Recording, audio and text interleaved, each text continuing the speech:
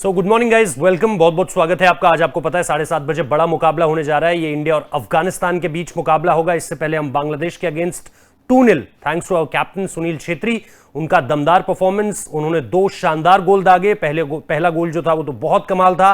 दूसरा गेंद भी सुरेश का कमाल का पास और उनका दमदार गोल। उससे पहले हमने आशिक कुरुनियन के शानदार पास की बदौलत जो है वो कमाल का हेडर उनका, और वो वहां पे जो जीत आई उसने निश्चित तौर पर हमें यहां तक ला दिया है। लेकिन इस जीत के साथ जो है वो एक चीज और ज्यादा दिलचस्प हो जाती है, क्योंकि अभी 11 तारीख को एक और मुकाबला हुआ। अगली तस्वीर पर अगर हम चलें तो आपको यह डेटा जो है बहुत ज्यादा दिलचस्प लगेगा।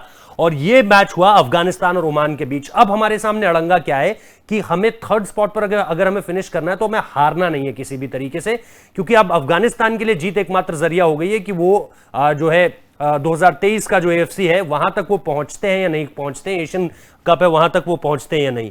तो उनकी मुश्किलें कैसे बढ़ी? उनकी मुश्किलें ये 11 तारीख को खेले गए मुकाबले में बढ़ी। वो ओमान के खिलाफ हार गए। इससे क्या हुआ? इससे पहले तक भारत के लिए जीत ही एकमात्र रास्ता थी इस मुकाबले से पहले। लेकिन इस मुकाबले के बाद क्या हुआ? इस मुकाबले के बाद यह हुआ कि अब हम भी ड्रॉ पे सेटल कर सकते हैं। अगर इस मुकाबले का नतीजा जो भारत और अफगानिस्तान के बीच होना है ये ड्रॉ भी होता है तो भी हम जो है वो एफसी 2023 में खेलने जा रहे हैं, ये आप एक तरह से तय समझिए। लेकिन फिर वही कि क्या हम उस मानसिकता के साथ उतरेंगे कि भाई अब हमें ड्रॉ खेलना है? हमें उतरना जीत की मानसिकता के साथ पड़ेगा और हमें निश्चित तौर पर बताना पड़ेगा कि किस तरह से चीजें जो हैं वो हमारे लिए अब आने वाले समय में खास तौर पे अफगानिस्तान को लेकर। क्योंकि अगर मैं दोबारा से पहली तस्वीर पर आऊं तो आप देखेंगे कि भारत का परफॉर्मेंस जो है वो उस तरह से उतना भी अच्छा नहीं रहा है। हमें सिर्फ एक जीत मिली है तकरीबन 11 मुकाबलों के बाद। जिस तरह से हम देख रहे हैं कि सारी की सारी चीजें बदली हैं, और मैं टीम पर भी आऊंगा कि हमारी प्लेइंग 11 में कौन कौन सी चीजें बेहतर हो सकती है। लेकिन जैसा मैं कह रहा था कि 11 मुकाबलों के बाद हमें बीते मुकाबले में जीत मिली। 1 दशक का लंबा समय लग गया बांग्लादेश को हराने में। इससे पहले भी आपको याद होगा कि 1999 में आखिरी बार बांग्लादेश ने हमें हराया था। तो ये एक बहुत लंबा गैप है जो हमने तय किया है। इसके साथ साथ जो मैं कह रहा था कि भाई भारत को सिर्फ एक जीत मिली है। 2019 में भी जब इंडिया और अफगानिस्तान खेले थे तो एक एक गोल हुआ था। मैच जो है वो ड्रॉ था, और आपको याद होगा कि हमने इंजरी टाइम में लास्ट में हमारी तरफ से गोल स्कोर किया गया था, हेडर से वो गोल था। तो ये सारी की सारी चीजें। दूसरा, अगर आप देखें बांग्लादेश को कोई जीत नहीं मिली, अफगानिस्तान को एक जीत मिली, और ओमान के पास 5 जीते हैं, कतर के पास 7 जीते। कतर के अगेंस्ट जो गेम हमने खेला था आई थिंक वो एक बहुत निश्चित तौर पर हमारा जो मोटिवेशन है, टीम के खिलाड़ियों का जो मनोबल है, उसने उसे बहुत ऊपर ला दिया। और उसके बाद जिस तरह से फिर हमने बांग्लादेश के अगेंस्ट खेला वो भी बहुत ज्यादा दिलचस्प रहा। वहां पर जो हमें जीत मिली वो हमें अब यहां पर पहुंचा गई है, जैसा मैं पहले भी आपको कह रहा था।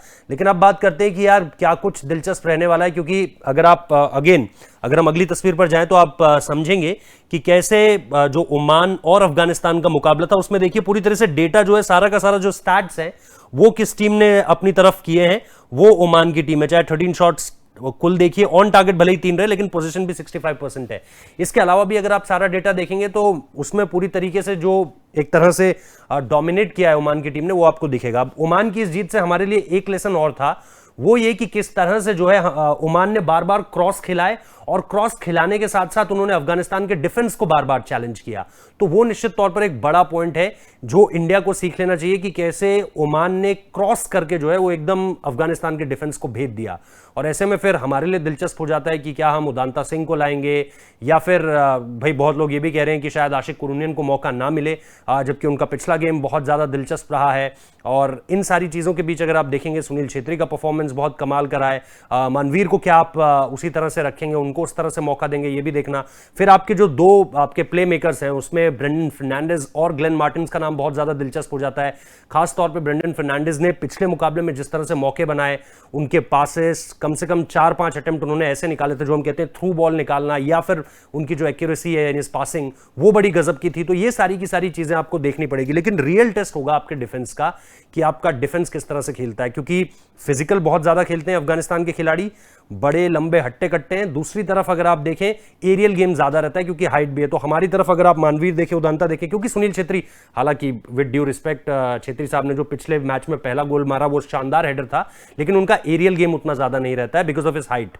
तो फिर आप देखेंगे कि आपको वहां पर थोड़ा सा मैनिपुलेट करना पड़ेगा। और बाकी अगर हम देखें कि अगर इस पूरे के पूरे गेम को अगर आप देखोगे तो फिर आपको यह समझना पड़ेगा कि वो जो क्रॉसेस का गेम होगा उसमें कहीं ना कहीं हमारे फॉरवर्ड्स को जो है स्टेप इन करना पड़ेगा ताकि आप अफगानिस्तान को हरा सको। अगर मैं टीम की बात करूं और पूरी की पूरी टीम शीट देखूं तो कुछ खिलाड़ी हैं जो निश्चित तौर पर इस सीधे सीधे स्टार्टिंग 11 का हिस्सा बनते हुए नजर आएंगे। और उसमें जैसा मैं देख रहा हूं भाई, एक तरफ आप सुनील छेत्री को खिलाएंगे, दूसरी तरफ अब आपको देखना पड़ेगा कि क्या आप बिपिन को लाओगे या फिर बिपिन को खिलाओगे या फिर आप आशिक कुरुनियन को खिलाओगे। मेरे लिहाज से आशिक कुरुनियन को मौका मिलना चाहिए। उसके बाद एक तरफ जैसा मैंने कहा कि मनवीर जो है वो बहुत तेजी से आगे निकलते हैं, उनका एरियल गेम भी बहुत शानदार है, तो वो चीज़ आपको लानी पड़ेगी। इसके अलावा सुरेश का जो लास्ट गेम में असिस्ट था वो बड़ा कमाल का था। मुझे लगता है कि उन्हें फायदा मिलेगा उनकी करंट फॉर्म का। और जैसा फिर मैंने कहा कि आपको ग्लेन मार्टिन्स और ब्रेंडन फर्नांडिस तो रखने पड़ेंगे, लेकिन लास्ट में फिर आप जो अपना डिफेंस फोर्थ देखते हो उसमें फिर संदेश झिंगन और साना सिंह, इन दो के नामों को लेकर के बड़ी चर्चा है जी। हालांकि राहुल बेके भी अब ऑप्शन में आपके पास होंगे, उनका जो रेड कार्ड था वो अब स्क्रैप हो चुका है पूरे तरीके से, क्योंकि बीते मुकाबले में वो नहीं थे। तो ये सारी की सारी चीजें। उसके अलावा बोस और कोटाल को, प्रीतम कोटाल और राहुल बोस को क्या आप खिलाएंगे, ये भी देखना बड़ा दिलचस्प होगा। हालांकि मेरी स्टार्टिंग 11 में ये शुरुआत इनसे आप कर सकते हैं। हालांकि बहुत लोग बोलते हैं कि भाई उस तरह की अगर आपको स्पीड चाहिए तो फिर क्या आप 4-3-3 से जाओगे या फिर आप 3-5 का जो कॉम्बिनेशन है पीछे की तरफ से उसको आप रखोगे। ये सारी की सारी चीजें बड़ी देखनी दिलचस्प होंगी।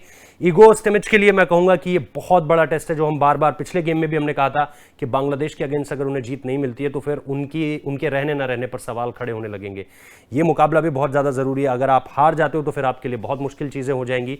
अगर आप जीत जाते हो या आप ड्रॉ भी खेल लेते हो तो फिर आपके लिए चीजें जो हैं वो एक नए लेवल पर चलेंगी। हालांकि जो मैंने कहा कि भाई 2011 की भी अगर आप स्थिति देखें ना, तो मुझे 2011 का एक मैच याद आता है जो बहरीन के अगेंस्ट आपको खेलना था, और स्टीफेंस ने उसमें जो स्टार्टिंग 11 शुरू की, उसमें खिलाड़ियों को क्या होता है ना कि आपकी स्टार्टिंग 11 और आपकी टैक्टिक्स जो ग्राउंड से बाहर चल रही होती है प्रैक्टिस के दौरान, उससे पता चल जाता है कि हम किस मानसिकता से मैदान पर उतरेंगे।